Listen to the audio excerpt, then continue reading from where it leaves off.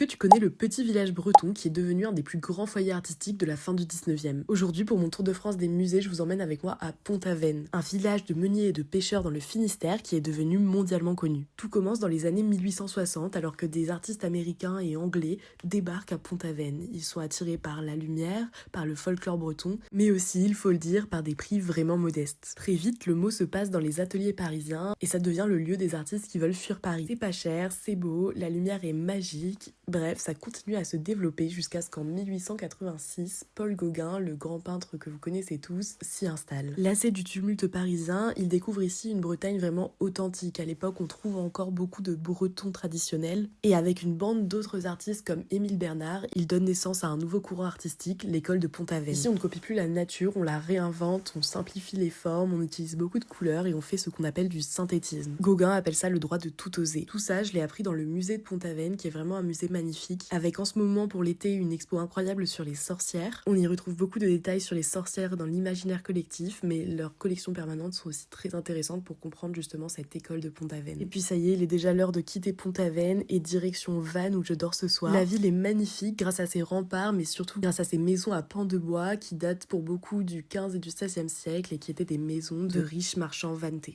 Alors je passe la soirée à profiter de Vannes et à demain!